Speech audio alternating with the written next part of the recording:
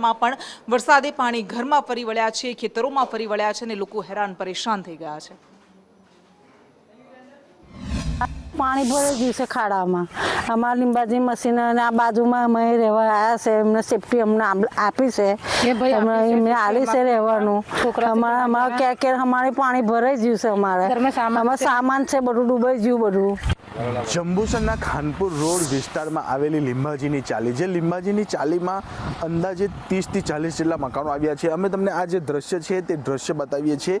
લીંબાજીની ચાલી છે, આ ચાલીની અંદર અહીંયા રહેતા વિસ્તારના રહેણાંક મકાનોમાં કમરસમાં પાણી ભરાઈ ગયા છે। જે આપણી સાથે આ વિસ્તારના જે નગરપાલિકાના સદસ્ય છે શૈલેષભાઈ, આપણે તેમની સાથે જ વાત કરીશું અને તેમને જ પૂછીશું। શૈલેષભાઈ, શું પરિસ્થિતિ છે આ વિસ્તારમાં? પરિસ્થિતિ એવી છે કે છેલ્લા 4-5 દિવસથી ખૂબ વરસાદ પડે છે।